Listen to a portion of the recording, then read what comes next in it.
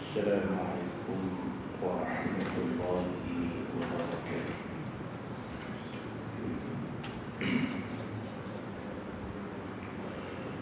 Innal hamdalillah nahmaduhu wa nasta'inuhu wa nastahdihi wa nastaghfiruh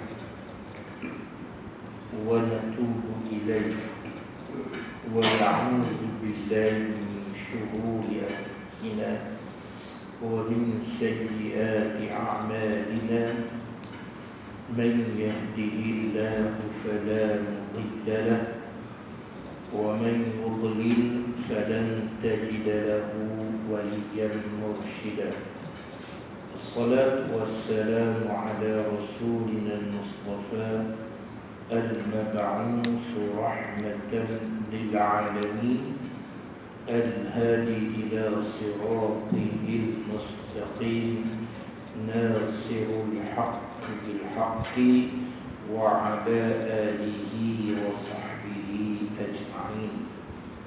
Subhanaka la ilma lana illa ma 'allamtana innaka antal alimul hakim. Wa la hawla wa la quwwata illa billahil aliyyil azim. Allahumma rabbi shrah li sadri wa yassir li amri wahlul 'uqdatan min lisani yafqahu qawli. Allahumma rzuqna al-fahma wal 'ilma wal hikmata wal 'aqla wa faqihna fid-din wa 'allimna at-ta'wil bi rahmatika ya arhamar rahimin. Amin ya rabbal alamin. Amma ba'd. Muslimin yang dirahmati lagi dikasihi Allah Subhanahu wa ta'ala, segala puji dan rasa syukur kita panjat ke hadrat Allah. Semoga setiap kali kita bertemu dan kita bersama, kita diberi, bahkan kita dibuka pintu-pintu kebaikan yang membawa kepada kesejahteraan dan keharmonian hidup kita di dunia, lebih-lebih lagi apabila kita berada di akhirat kelak, insya-Allah. Jadi muslimin, sahabat-sahabat yang dirahmati Allah Subhanahu wa taala, kita belajar ataupun kita mengaji kuliah maghrib ini dengan kita menjadikan sebagai rujukan kita sebuah kitab ataupun buku yang disebut dengan fiqh manhaj.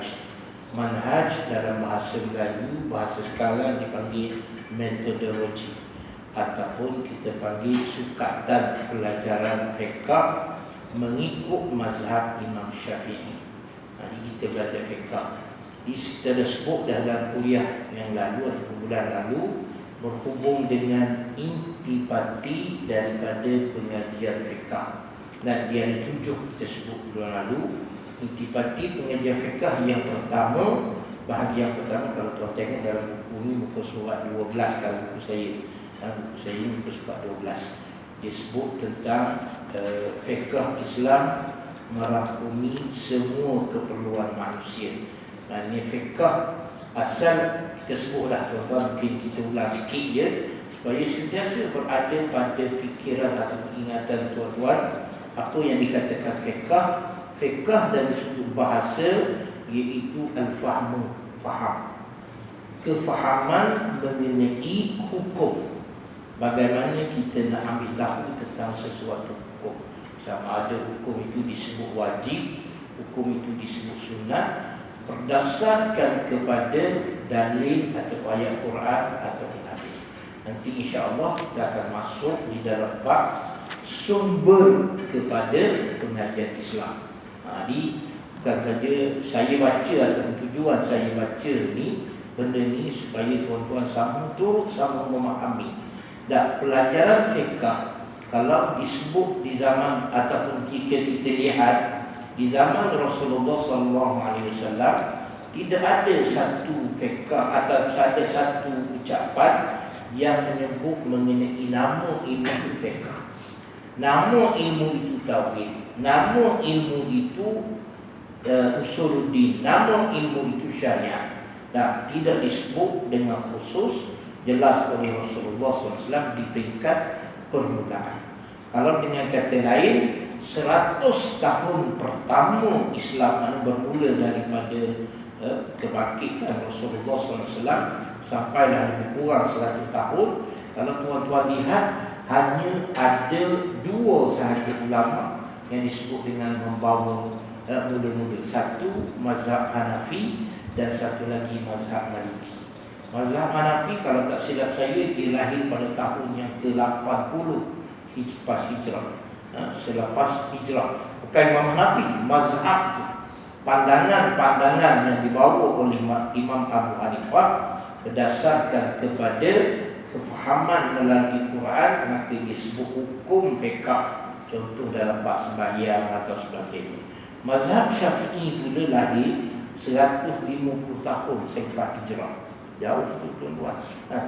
Jauh. Ini lebih kurang 70 tahun selepas mazhab Hanafi baru lahir mazhab Syafi'i. Itu dah mazhab awal Hanafi, kemudian disebut Maliki, yang ketiga mazhab Syafi'i, dan mazhab yang keempat baru sebut dengan nama mazhab Hanbali. Itu dari sejarah permulaan fiqh ini disebut di situ. Kalau disebut, saya sebut dah, saya rasa itu pada permulaan mula-mula kita bagi kuliah penerangan tentang memahami apa itu Islam. Mazhab Hanafi ini lahir setelah mana ibu Abu Hanifah atau Abu Nu'man al-Bashir al-Hanafi, dia berada di Kufah ataupun sekarang ni Baghdad. Kufah, Baghdad sekarang ni, ataupun berada di Iraq. Lahir di Iraq selepas mana berlakunya perluasan tanah jajahan Islam ataupun negara Islam yang dibawa oleh Sayyidina Umar Al-Khattab radhiyallahu anhu. Dan zaman pemerintahan Sayyidina Umar, 2/3 dunia dikatakan jadi tanah jajahan Islam, berada di bawah Islam. Islam masa itu kuat, tuan-tuan. Sayyidina Umar dengan kekuatan dia dan dengan kuasa dia yang dia ada, maka dia boleh buka negara Islam sampai 2/3 dunia. Satu lagi daripada bahagian dunia yang belum dia masuk. Tapi selepas dia meninggal, zaman Osman, Khalifah Osman, sampailah ke bawah, akhirnya semakin menurun sampai dikatakan pada zaman Khalifah Osmaniyah di Turki, yang berpusat di Turki, maka Islam jatuh. Kerana antara perkara besar, kerana umat Islam kata hari ini di zaman Nabi itu berebut untuk nak dapat jawatan dan sebagainya, berebut nak dapat kuasa, maka Islam jadi lemah. Macam hari ini kita lihat negara-negara Islam, kenapa lemah? Bukan orang Islam yang ada di situ tak kuat, kekuatan yang ada pada umat Islam itu kuat. Tak nak tengok surau masjid, tapi kerana ramai pemimpin-pemimpin yang ada berebut nak dapat jawatan, kerana nak mengambil ataupun untuk mengauh hasil-hasil dunia semata-mata. Tertinggal cerita tu, balik pada cerita kita tadi. Hukum fiqh dalam pelajaran fiqh, tuan-tuan belajar apa, maka dia tidak boleh lari daripada 7 perkara ini. Yang pertama, kita belajar berhubung kait dengan ibadat. Ibadatnya apa dia, tuan? Ibadatnya apa dia? Ibadat manusia, setiap perkara yang kita buat untuk kita abdikan diri kepada Allah. Setiap benda, tak kira lah kita buat apa, kita buat baca zikir, tuan-tuan ambil wuduk. Apa tujuan ambil wuduk? Nak sembahyang. Kenapa sembahyang? Nak beribadat kepada, nak mengabdikan diri kepada Allah. Tuan-tuan ambil wuduk kenapa? Nak baca Quran. Tuan-tuan ambil wuduk kenapa? Nak iktikaf. Semua tu sebagai satu amalan, suatu kerja atau satu perbuatan untuk abdikan diri kepada Allah. Sebab apa nak abdi diri kepada Allah, tuan-tuan? Sebab Allah cipta kita. Allah kata, wa ma khalaqtul jin. Allah cipta kita, Allah cipta saya, Allah cipta tuan, Allah cipta semua, tak kira Melayu tu apa, semua bangsa, jenis bangsa, tak kira warna kulit, apa pun sekali. Asal kejadian bukan Allah suruh nak jadi manusia supaya manusia kufur ingkar kepada Allah. Sebenarnya Allah jadi manusia untuk mengabdikan diri, hambakan diri, buat sesuatu ikut perintah Allah. Itu sebenarnya. Sebab itu banyak ayat Quran Allah sebut, ya ayyuhan nas Bila Allah sebut wahai manusia, jadilah hamba kepada Allah. Wahai manusia, sembahlah Allah. Wahai manusia. Ini semua tu nak sebut konsep asal kejadian manusia. Bukan kata Allah cinta kita manusia yang dalam bahasa lain. Semua manusia sebenarnya untuk jadi hamba Allah. Tapi bila lahir ke dunia, dicipta oleh Allah Subhanahu Wa Taala, maka sebahagian daripada manusia, ba'duhum, sebahagian daripada manusia kenal Allah, tahu dan beriman kepada Allah. Sebahagian yang lain yakfuruna, mereka kufur, mereka ingkar, tidak beriman kepada Allah Subhanahu Wa Taala.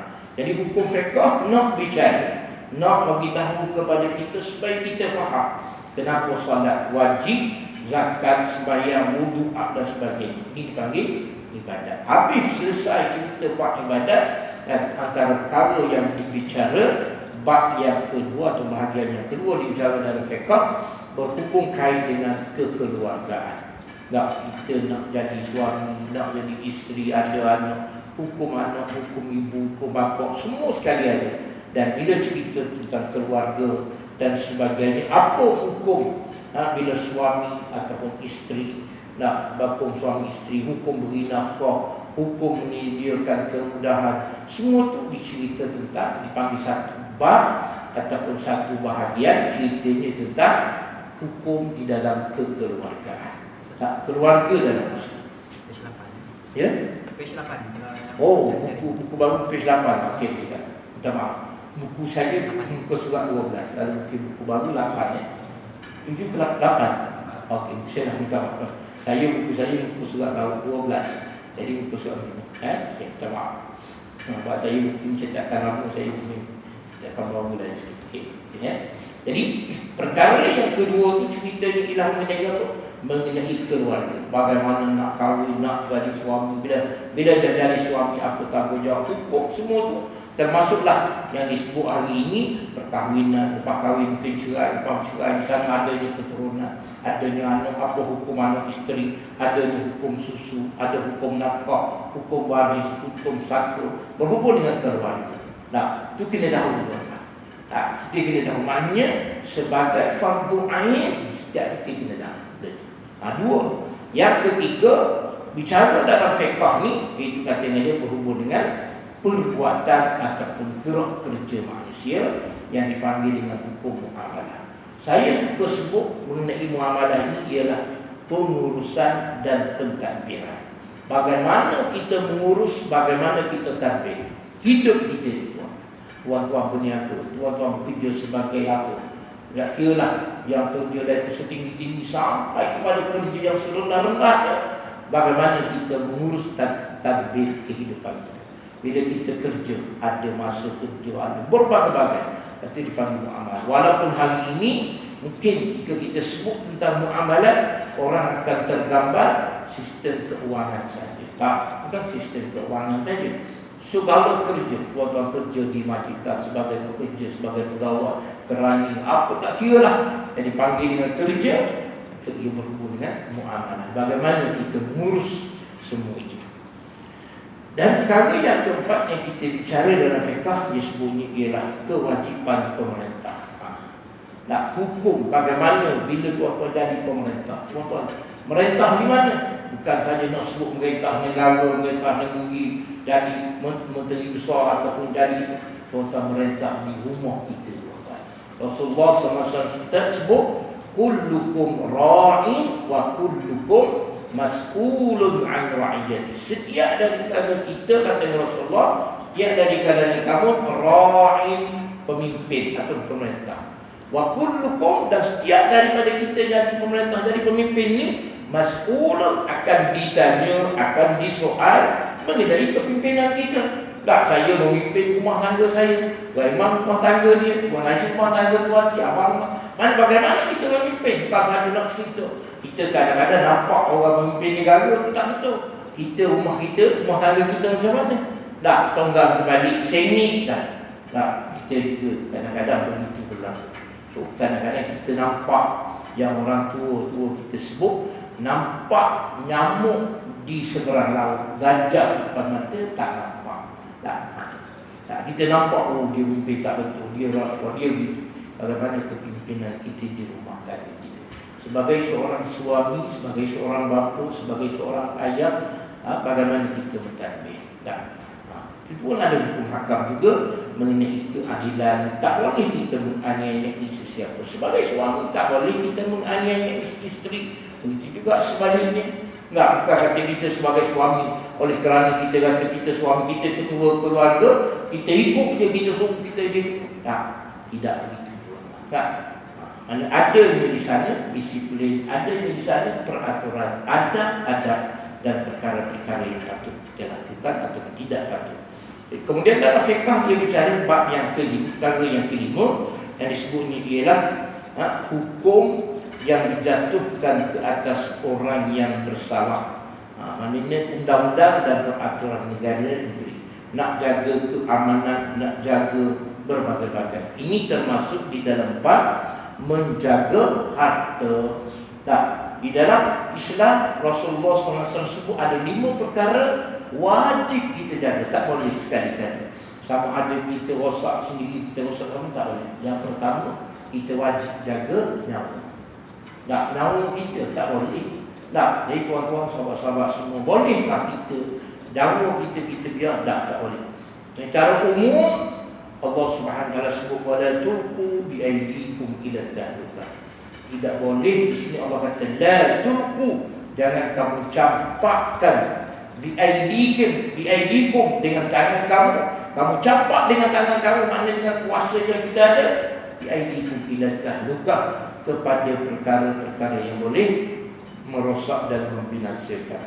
So hari ini tak kira lah. Sebagai contoh mungkin minta maaf, kita bawa kenderaan, tak boleh bawa kereta dengan boleh membawa. Tak boleh bawa motor ataupun kenderaan-kenderaan lain yang boleh membawa kepada bahaya. Tak boleh. Allah sendiri sebut jangan kamu campakkan diri kamu pada perkara yang bahaya. Mana kalau kita bawa motor, kita bawa kereta ataupun sebagai kenderaan, tidak boleh bawa sesuatu yang boleh membawa kepada bahaya. Sebab secara umum Allah larang. Di muslimin yang dirahmati Allah Subhanahu Wa Taala, ada hukum-hukum di sana. Bagaimana disebut pencuri ke. Jadi salah satu perkara Nabi sebut 5 perkara wajib jaga. Pertama wajib jaganya ialah roh. Yang kedua kita wajib jaga roh atau nyawa. Yang kedua kita wajib jaga akal. Tubuh kita ni ada 3. Pertama akal. Akal kita kena wajib jaga. Tak boleh kita buat sesuatu yang boleh merosakkan akal atau mencederakan akal. Sebab tu kenapa tak boleh minum arak, tak boleh dadah, tak boleh sesuatu yang menyebabkan akal jadi rosak. Sebab Nabi sebut ada 5 perkara wajib jaga. Tak boleh. Bapa minum, tak boleh minuman atau makan makanan yang mabuk, sebab dia boleh mencedera atau boleh merosakkan akal. Perkara yang ketiga wajib kita jaga ialah apa dia? Iaitu anggota badan kita, tubuh kita. Tak boleh dengan sewenang-wenang kita cedera, potong tangan kita sendiri. Apa hal kan saya potong tangan dia, saya potong tangan saya sendiri? Tak boleh. Salah dari sudut undang-undang peraturan Islam kalau kita mencederakan diri sendiri. Yang ketiga, yang keempat, kita wajib jaga zuriat keturunan. Tak boleh. Sebab tu untuk menjaga zuriat keturunan tak boleh. Walaupun kata ustaz saya bagi sedekah, tengok kesian kat makcik tu dia lama tak ni tak. Saya sedekah. Tak boleh sedekah dalam bab ni. Kan? Kalau ramai sedekah ramai lah. Tak ada habis. Tak. Ini sedekah saya jumpa makcik tu dia sedekah kat makcik ni. Tak boleh. Sedekah duit tak boleh. Tak. Zuriat keturunan benda tu tak boleh sedekah. Kalau boleh sedekah nanya tak kahwin lah. Tak semua pakai sedekah je tak. Jadi dalam menjaga zuriat Allah SWT sebut tak kena kahwin. Baik. Kemudian yang terakhir sekali yang kelima, perkara yang wajib kita jaga iaitu harta. Harta wajib jaga tuan-tuan. Memang kita jangan, tak boleh kita harta guna sebenarnya pergi tampak ke mana atau tabur ke mana-mana. Guna ke tempat yang tidak boleh. Tidak boleh. Sebab Nabi sebut apabila di akhirat kelak kita tidak akan melangkah, kita tidak akan bergerak walaupun satu langkah, kecuali kata Nabi. Nabi kata apa? Nabi kata tidak akan bergerak selangkah pun langkah kamu di akhirat kecuali kamu akan ditanya dengan beberapa perkara. Antara perkara yang akan ditanya an malihi, mengenai harta kita. Bagaimana kata harta kamu min aina iktasaba wa fima anfaq. Harta yang kita ada, kekayaan yang kita milik, sikit ke banyak ke besar ke kecil ke, min aina, dia kata min aina iktasab. Bagaimana kita usaha kita dapat ke, wa fima anfaq, kemudian bila dah kita dah dapat, ke mana kita belanja, ke mana kita uruskan dia. Kena tanya. Itu perkara yang kelima. Yang keenam, antara perkara yang kena jaga, yang disebutnya ialah menjaga hubungan dengan negara mana. Kita kena jaga hubungan kita dengan sesama Islam ataupun orang Islam yang lain. Kena jaga, kena ada hubungan. Bagaimana hubungan kita? Apa hukum kita? Orang beriman kita semua tahu. Allah sebut innamal mu'minuna ikhwah fa aslihu baina akhawaykum. Allah sebut bahawa kita orang beriman ni seperti adik-beradik. Maka Allah kata fa aslihu, maka hendaklah kita berbaik-baik. Buat baik, bukan cari gaduh je. Tapi hari ini kadang-kadang kita pun tak tahu apa yang berlaku di luar sana, sehingga ada yang sanggup melakukan perkara-perkara yang bercanggah, yang bertentangan dengan hukum agama. Ini perkara yang kelima. Yang keenam.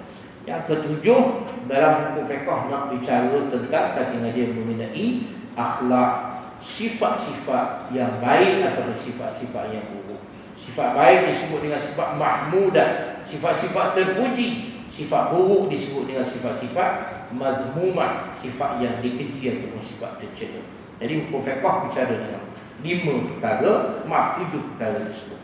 Baik muslimin yang rahmati dan dikasihi Allah Subhanahu wa taala, semoga kita tahu dalam bab mana yang boleh kita sebut kita faham. Yang pertama bab ibadat, yang kedua bab keluarga, yang ketiga bab kerja, yang keempat bab kewajipan pemerintah sebagai ketua, yang kelima bab dalam berkaitan hukuman, yang keenam berkaitan dengan menjaga hubungan sesama manusia, yang ketujuh dan dalam bab akhlak. Bab mana kita boleh sebut kita faham betul bab hukum dia. Kita sebut, kalau saya sebut dalam 7 bab ni, yang mana salah satu dari 7 ataupun 7 ni kita betul-betul belajar secara langsung ataupun kita panggil secara formal. Mana? Bab sembahyang. Saya rasa ramai dari kalangan masyarakat kita belajar sembahyang secara formal, betul-betul secara betul ketika sebahagian ketika di sekolah rendah. Masa di sekolah belajar di sekolah kafar, darjah 1 sampai darjah 6, masuk sekolah menengah, dia tak belajar dah sembahyang, dia belajar bab lain. Jadi bagaimana kalau kita sebut kita hanya lulus solat kita darjah 6, mau kita nak solat untuk Allah Subhanahu wa taala. Kalau kita sebut hari ini kita bawa CJ UPSR yang kita belajar darjah 6, nak pergi minta kerja. Kat mana? Majikan mana bagi? Majikan mana? Tak ada majikan terima tuan-tuan. Kita lulus sembahyang baca darjah 6, nak sembahyang, nak tunjuk kepada Allah Subhanahu wa taala. Ya Allah, ni sembahyang aku. Allahumma salli ala sayyidina Muhammad. Kendok sangat. Mana mentaliti sebahagian daripada orang kita cukup dia rasa dengan dia belajar mengenai sembahyang, bermula daripada rukun pertama sampailah kepada rukun yang terakhir, rukun yang ke-13 masa darjah 6 atau masa sekolah rendah. Lepas menengok tak belajar. Tak ada kita pergi belajar dengan betul bagaimana cara menyebut, bagaimana cara baca, bagaimana cara buat. Kita solat begitu saja. So bagaimana solat itu?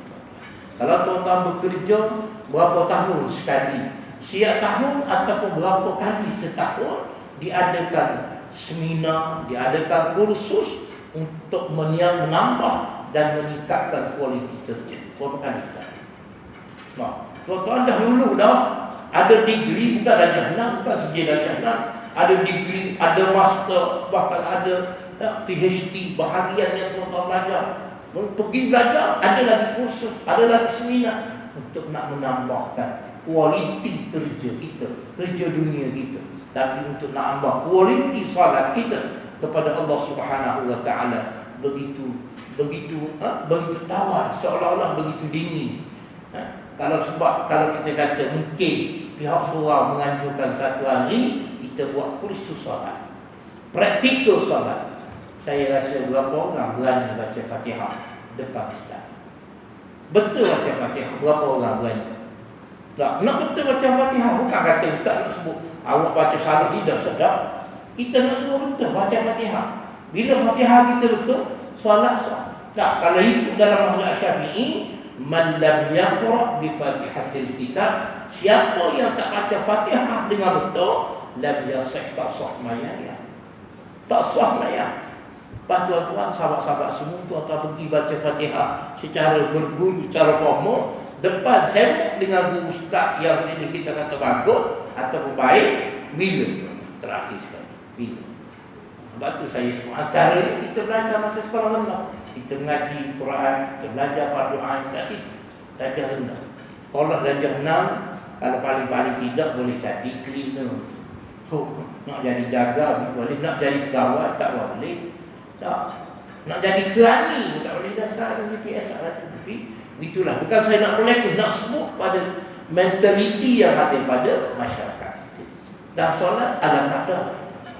Tak, sebab itu orang-orang sufi kata, bab solat ni sebenarnya kita kenapa kita buat? Sebab kita rasa solat tu tanggungjawab. Sekiranya solat ni tak wajib, saya pernah sebut ulama sufi sebut, sekiranya solat ni tidak wajib, kita buat. Sebab tu dia kata, kalau sekiranya solat itu tidak wajib, wajib pula sebahagian besar manusia tidak solat. Yang solat wajib ni pun berapa ramai yang solat. Jadi tuan-tuan, sahabat-sahabat dan rahmati dan kasih sekalian, belajar ni bukan kata nak suruh jadi ustaz, tak. Nak tahu supaya ataupun agar bila kita buat sesuatu, kita buat dengan cara yang disebut oleh agama. Jadi bagaimana? Sebab itulah ada pandangan-pandangan yang berbeza dalam agama, tuan-tuan. Kenapa? Kerana berbezanya kefahaman. Kan? Sebagai contoh, dalam hadis ba'ai sembahyang, kenapa mazhab Syafi'i kata batal, mazhab lain kata tak batal? Sebab dalil ayat sama ya. Ayat Quran yang sama. Tak. Bila Allah SWT sebut, bila kamu nak sembahyang, Allah kata ambil wudu, ataupun aula mastumun nisa, ataupun kamu bersentuhan dengan perempuan, batal sembahyang. Tak. Dari mazhab Syafi'i sebut ayat Quran, Allah sebut la mastum, bersentuhan kamu dengan perempuan, batal. Jadi mazhab Hanafi, mazhab Maliki, dia kata maksudlah mastuk bersentuhan itu bukan maksud sentuh kulit. Maksudnya ialah kerana apabila berlakunya persetubuhan, itu maksud sentuh. Tak. Bagi mereka mengatakan faham ayat tu bukan maksud sentuh kulit biasa, tapi bersentuhan kerana berlakunya perhubungan suami isteri ataupun bersetubuh. Berbeza faham. Ayat sama, makna yang sama. Sebab berbagai-bagai alasan dia tu. Jadi benda ni dipelajari dalam kitab fiqh, dalam pelajaran fiqh. Baik ya. Supaya tuan-tuan sahabat-sahabat semua faham mengapa kita belajar fiqh ni, supaya kita tahu satu-satu perkara tadi. Benda ni kalau belajar memang dia tak cukup, tuan-tuan. Kalau kita sekadar belajar 2-3 hari, sebulan, setahun tak habis. Nah, baik. Kita masuk status seterusnya. Dia kata fiqh Islam mementingkan kemudahan dan mengelak kesulitan. Erti kemudahan, dia kata sesungguhnya Islam adalah agama yang menjaga keperluan dan menjamin kebahagiaan manusia melalui hukum hakam yang disyariatkan. Maksudnya Islam atau agama Islam nak jaga keperluan dan untuk menjamin dengan keperluan tadi, menjamin apa? Menjamin bahawa kita manusia ini bahagia, rasa seronok dengan adanya hukum hakam. Tak. Tapi sebahagian pula hari ini rasa dengan adanya hukum hakam, nak kahwin kena nikah, dia rasa susah. Tak, dia rasa tak seronok. Dia rasa lebih seronok, kebahagiaan nak kahwin, nak nikah, ada pasangan, dia jumpa dah pasangan dia, dia pergi mana-mana, dia berlaku buat persetubuhan ataupun zina. Tak payah nikah ni susah. Ada sebahagian kan? Tak, ini manusia yang tidak mengikut norma ataupun erti kemanusiaan yang sebenar. Sebab apa? Bila dia fikir benda tu betul, dia buat. Dia rasa dia buat. Kenapa sebenarnya Allah Subhanahu wa taala melarang benda itu? Nah, kenapa sebenarnya Allah larang? Adakah kita yang dicipta oleh Allah lebih tahu daripada Allah yang mencipta kita? Nah, kalau kita sebut makhluk hari ini, sudah tentu kereta yang dibuat oleh satu-satu syarikat kereta, syarikat kereta tu lebih tahu tentang kereta tu daripada kereta. Nah, kita yang bawa kereta nak lawan dengan syarikat buat kereta, dan tentu dia lebih tahu. Nah, dia lebih tahu kereta yang dia buat. Kita mandu, kita bawa kereta, dah tentu kita ni tahu walaupun tahu. Nak banding dengan pembuat jauh lagi. Itulah kalau kita nak sebut jauhnya bandingan. Allah lebih tahu dengan kita yang mengguna. Nah, kita mengguna kereta, kita mengguna kenderaan, kita mengguna semua kemudahan dunia. Jika nak dibanding dengan syarikat yang buat, dah tentu syarikat itu lebih mahir, lebih tahu. Nah, kita pasang aircon, kita pasang lampu, kita pasang kipas, kita buat semua. Benda yang dibuat oleh manusia, pembuat lebih tahu ataupun pengguna yang lebih tahu? Dah tentu pembuat itu yang lebih tahu ataupun lebih tahu, faham. Bagaimana bayangkan pula pembuat kita manusia ni Allah Subhanahu wa taala yang disebut dengan alimun hakimun, dengan bahkan dia saja disebut dengan tahu, dia disebut dengan bijaksana, dia disebut dengan kekuatan, kehebatan dan segala kesempurnaan milik Allah Subhanahu wa taala. Oleh itu, kita sebagai manusia perlu ataupun wajib mengikuti apa yang telah ditetapkan oleh Allah Subhanahu wa taala. Sebab tu dia kata, oleh itu manusia mampu dan berkuasa untuk melaksanakan semua hukum hakam tersebut, dan tidak ada yang tidak mampu dilaksanakan oleh manusia. Maknanya ketetapan hukum yang ada, hukum wajib, hukum sunnah, hukum harus, semua hukum yang ada dalam fiqh, kita manusia mampu buat. Tak, mampu laksanakan, kita mampu laksana dan tunaikan. Jadi kata dari mana-mana mukallaf yang menghadapi kesulitan dan tidak mampu melaksanakan tanggungjawab tersebut, ditanggungjawab untuk nak melaksanakan hukum wajib, sunat dan sebagainya, atau dengan tanggungjawab tersebut atau dengan melakukannya, ia boleh membawa kepada masyaqqah, bebanan yang lebih berat disebabkan keadaan-keadaan tertentu, maka Islam membuka pintu kemudahan dan keringanan di hadapan. Nah, sebagai contoh, dalam bab puasa, orang yang musafir, orang yang dalam bab sembahyang, orang musafir kerana nak jaga, takut susah, dia nak musafir, nak berjalan urusan banyak perkara, maka Islam benarkan solat adanya, solat jamak, solat qasar. Dalam bab musafir, bila dalam perjalanan musafir di musim puasa, dibenarkan hukum puasa ataupun tidak berpuasa semasa musafir. Kenapa? Sebab nak jaga maslahat dia panggil tadi, supaya tidak ada masyaqqah, tidak ada bebanan, tidak ada kesusahan, tidak rasa sulit ataupun tidak rasa menyusahkan bila dalam keadaan-keadaan tertentu. Jadi Islam nak jaga, tadi disebut dawah, nak jaga apa? Keperluan manusia, nak menjamin supaya kita hidup dunia ini dalam keadaan bahagia dengan hukum-hukum. Baik muslimin dan rahmati dan dikasihi Allah Subhanahu wa taala. Dari disebut dalil kepada kita, apa hujah kita Islam nak jaga. Allah sendiri sebut, wa ma ja'ala 'alaikum fid din min haraj, kata Allah. Dan Allah sekali-kali tidak menjadikan atau tidak menetapkan ke atas kamu dalam perkara-perkara agama sesuatu kesempitan. Mana benda yang susah? Benda dalam agama tidak ada sesuatu yang susah. Nah, cuma kita kadang-kadang kita rasa susah. Kita rasa susah, benda tak susah. Nah, baik muslimin yang dirahmati Allah Subhanahu wa taala.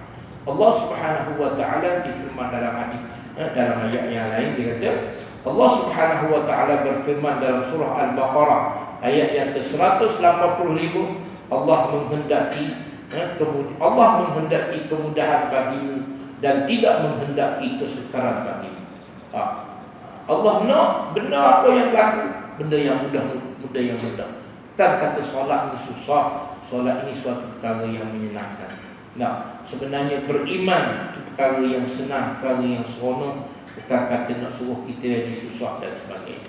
Demikian juga kata Allah Subhanahu wa taala sebut dalam surah Al-Baqarah ayat yang ke-286 yang bermaksud Allah tidak mentaklifkan atau Allah tidak membebankan seseorang melainkan sesuai dengan kemampuannya. La yukallifullahu nafsan illa wus'aha. Allah tidak taklif, Allah tidak beban sesuatu kepada manusia kecuali apa yang kita mampu. Kita rasa tak mampu, kita rasa sebenarnya tidak. Bagaimana kita baca dalam surah, dia sebut dalam hadis Nabi kata apa? Inna dina yusrun, sesungguhnya agama Islam itu adalah yusrun, benda mudah, bukan perkara. Sebab itu Nabi sebut dalam hadis yang lain, Nabi kata din yusrun walan yushaddida din illa ghalaba. Sesiapa yang menyusah, yang rasa susah benda agama, nescaya dia akan tewas. Orang yang rasa sembahyang ni susah, orang yang rasa nak ngaji ni susah payah ataupun tak senang, nescaya dia akan tewas. Maknanya dia tak datang, tak solat. Yang kata dia rasa sembahyang tu susah, dia akan tak solat. Orang yang rasa mengaji, belajar ni susah, sudah tentu dia tidak akan belajar, dia tidak akan mengaji. Tapi tidak semua perkara itu susah. Perkara yang disebut oleh Allah SWT, agama ni semua senang. Sebenarnya benda agama ni Allah sebut sebagaimana yang tuan-tuan mungkin sahabat-sahabat selalu baca ayat Quran. Allah kata apa? In la ikraha fid din. Selepas kita baca ayat kursi, ayat Allah SWT sebut pada ayat kursi, la ikraha fid din. Ini ayat ni banyak orang baca tu. Banyak yang baca, banyak yang sebut tapi tak tepat penggunaan. Dia kata la ikraha fid din, tidak ada paksaan pada agama. Betul ayat tu, mana macam tu. Tapi kena baca ayat selepas. Kalau tak baca memang dia akan jadi macam tu sebagaimana yang dipahami. Agama tidak ada paksaan. La ikrah tidak ada paksaan. Dia ada. Sebenarnya makna la ikraha fid din, saya suka sebut terjemah makna la ikraha fid din. Tidak perlu paksa perkara-perkara agama Islam. Tak perlu. Maksud la bukan tidak ada. La makna tidak perlu paksa. Tak payah paksa. Benda agama ni sebenarnya tak perlu paksa. Sebab apa? Allah sebut la ikraha fid din qad tabayyana ar-rusydu minal ghayy. Sebab apa tak payah paksa? Sebab apa tak perlu paksa? Sebab benda agama ni Allah sebut qad tabayyana. Tabayyana ni sekarang orang dah guna dah perkataan tu tuan-tuan. Okey, tuan-tuan guna apa maksud dia? Sekarang disebut tabayyun. Mana Allah sendiri sebut benda agama ni benda yang dah tabayyun, benda yang dah jelas, benda yang dah nyata. Nyata apa? Tabayyana rusdu, kebaikan, kehebatan, kemuliaan, manfaat dia dah jelas dah. Benda agama, benda yang dah jelas, tabayyun dah benda-bendanya, rusd, kehebatan dia, ketinggian dia, kemuliaan dia. Benda baik, tak payah jelas tuan-tuan. Orang letak ayam golek dengan letak ayam mati, orang makan mana satu? Dah tentu orang ambil ayam yang dibakar, yang sedap. Ayam mati, bakar, busuk, ada orang ambil. Sebab jelas kepada manusia normal, dia akan makan benda tu. Begitulah ibarat agama. Allah sebut tabayyana rusdu minal ghayy. Jelas benda yang baik, benda yang elok, benda yang sedap, benda yang lazat, minal ghayy, daripada benda yang buruk, benda yang tak baik. Jadi tak payah paksa. Maksudnya macam tu. Tidak perlu paksa. Ada kena paksa? Siapa pernah ajar kita makan? Tak ada ajar mana? Tak. Ada pernah bagi kita ajar? Tak. Makan, minum. Ada pernah mak itu ajar? Nak makan, kena makan nasi lemak dengan tak ada. Dia bagi tu. Nah, mana kefahaman itu datang dengan jelas. Sebab benda dah nyata. Benda dah nyata tentang kesahihan dan kebenarannya. Jadi muslimin sahabat-sahabat yang dirahmati Allah Subhanahu wa taala, agama ni bukan satu perkara yang menyusahkan. Tak, nak suruh buat benda baik. Makan Allah sebut. Tak, saya sebut bahawa di dalam Al-Quran Allah Subhanahu wa taala nyatakan bahawa makan benda halal ni Allah tidak sebut kepada manusia beriman. Kalau tuan-tuan nak sebut, betul. Secara sebut Allah tak kata kepada orang beriman, ya ayyuhallazina amanu, makan benda halal. Tak. Allah sebut kepada manusia, seluruh manusia, tak kira beriman, tak kira tanpa mengira iman ataupun tidak beriman atau tidak, bangsa atau apa. Ya ayyuhan nas kulu mimma fil ardh halalan thayyibah. Allah sebut pada manusia, wahai manusia, bila kamu makan, nak makan, makanlah benda yang halal lagi baik. Allah sebut kepada orang beriman. Yang beriman ini dah jelas, dia tidak akan cari benda haram. Orang beriman sudah tentu dia tidak akan cari perkara yang buruk. Dia akan cari benda yang halal dan thayyibah. Allah sebut, ya ayyuhallazina amanu kulu mimma fil ardi, ya ayyuhallazina amanu kulu minat thayyibat wa'malu salih. Allah sebut makan benda baik, dan Allah kata mudah-mudahan kamu boleh buat amal, benda-benda amal yang salih. Jadi makanan yang baik ini ada hubung kait dengan amal salih. Jadi kalau kita makan, waktu tuan-tuan sahabat-sahabat sama ada yang ada di surau, yang ada di rumah, yang tengok secara live atau tidak ni, yang akan tengok YouTube selepas ni sebagainya, makan, ingat bahawa Allah sebut, bila kita makan benda yang baik-baik, benda yang berkhasiat, benda yang ada kualiti, benda yang ada energi, tenaga dan sebagainya, inilah Allah sebut wa'malu salihah, yang boleh membawa kepada kita beramal salih. Kita nak buat, nak sembahyang, kita nak buat benda-benda baik bila mana kita makan benda yang halal. Sebab itu dalam satu hadis Rasulullah SAW sebut secara umum, jika tuan-tuan kaji mungkin secara saintifiknya, Nabi kata pada tubuh kita ni ada satu benda, bila benda tu baik maka baiklah seluruhnya, kalau benda tu rosak maka rosak. Apa dia? Nabi sebut jantung, atau orang kita panggil hati. Nama hati yang dipanggil dengan kita pergi beli kedai hati itu dah masuk kolbon di situ ialah jantung. Apa itu jantung? Tempat proses darah. Tempat proses darah, dan darah dipump, dihantar ke seluruh anggota. Bayangkan darah ni jadi pada mana? Darah jadi daripada lukmah makanan yang kita makan. Bila kita makan benda yang baik, maka darah tu akan mempunyai energi-energi yang baik.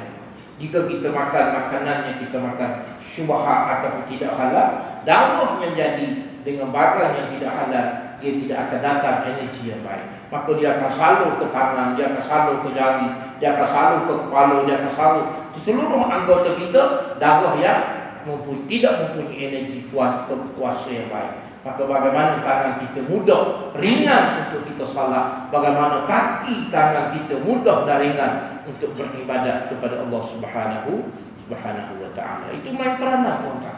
Ini semua cerita bab fiqh. Kita kena tahu hukum di dalam bab kita makan minum itu, tuan-tuan. Baik muslimin yang dirahmati dan dikasihi Allah Subhanahu wa taala, jadi dia sebut kepada kita contoh kemudahan yang diberikan oleh Allah Subhanahu wa taala dalam Islam. Dia kata sembahyang dalam keadaan duduk bagi mereka yang tidak mampu berdiri. Nah, dia kena faham. Hari ini kadang-kadang orang kita ni dia sembahyang, dia tak boleh berdiri, dia terus sembahyang atas kursi duduk. Sebenarnya dia tak boleh berdiri saja. Rukuk boleh, tak boleh, tak boleh. Mana kalau dia boleh tak boleh berdiri, dia boleh rukuk, dia boleh sujud. Kenapa dia sembahyang tu tidak rukuk, tidak sujud? Ini satu perkara yang masalah. Kerana kita tidak faham. Kita rasa kita tak boleh berdiri sakit kaki, tapi turun sujud. Kalau tak boleh turun sujud, tak boleh turun sujud kerana susah nak bangun, boleh tak turun sujud yang last sekali tak boleh bangun dah untuk solat, untuk duduk? Boleh, kalau boleh turun. Kenapa kita solat atas kursi je, Pak? Kita solat atas kursi kerana kita tidak susah. Kalau kita turun sujud, kita nak bangun dekat kedua, ketiga, susah. Sekarang sujud yang terakhir tak boleh bangun dah. Dan sedangkan tuan-tuan sahabat-sahabat semua tahu atau faham, duduk untuk baca tasyahud akhir itu rukun dalam sembahyang.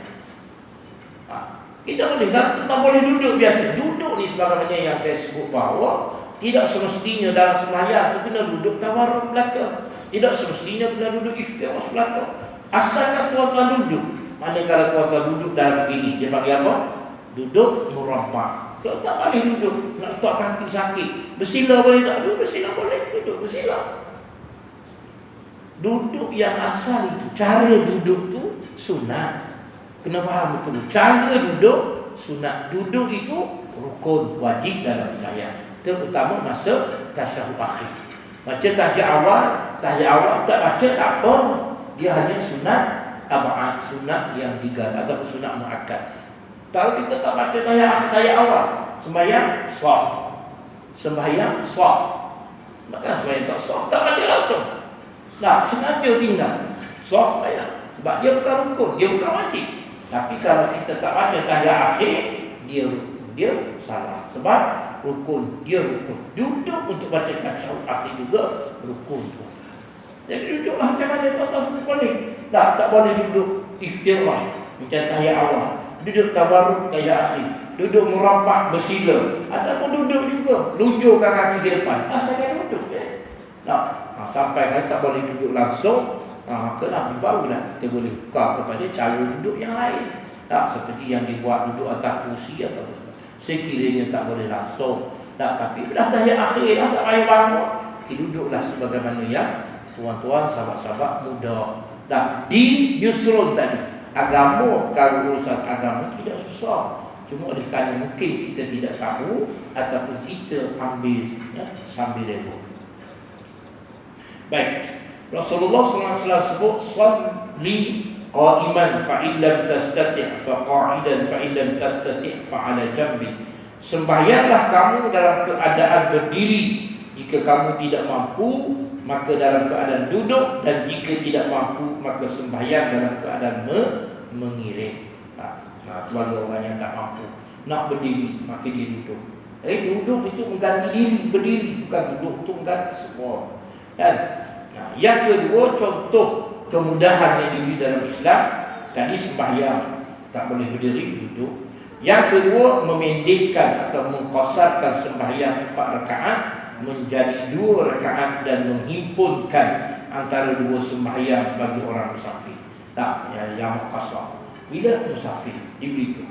Allah SWT sebut, wa idza darabtum, apabila kamu bermusafir di muka bumi Allah, maka tidak mengapa ke atas kamu memendekkan sembahyang atau qasar sembahyang. Bila kita musafir. Jadi dalam ayat ini Allah tak sebut, Allah kata bila musafir. Jadi dalam mazhab, dalam fiqh pula sebut dikira musafir itu berapa jarak. Ada yang Quran sebut. Asalkan tuan-tuan kata, oh saya musafir. Sebagaimana yang disebut dalam pandangan tuan-tuan, mungkin tuan-tuan tengok mazhab Syiah. Syiah dia mengatakan bahawa hidup dunia ini ialah musafir ke akhirat. Itu kalau tuan-tuan pergi, kalau tuan-tuan jumpa mereka sembahyang maghrib dengan isyak, dia tidak solat 7.30 macam kita. Masuk waktu maghrib isyak lebih kurang pukul 8 atau pukul 8 subuh. Sebab dia sembahyang jamak. Sebab dia kata kita ni musafir ke akhirat sampai mati.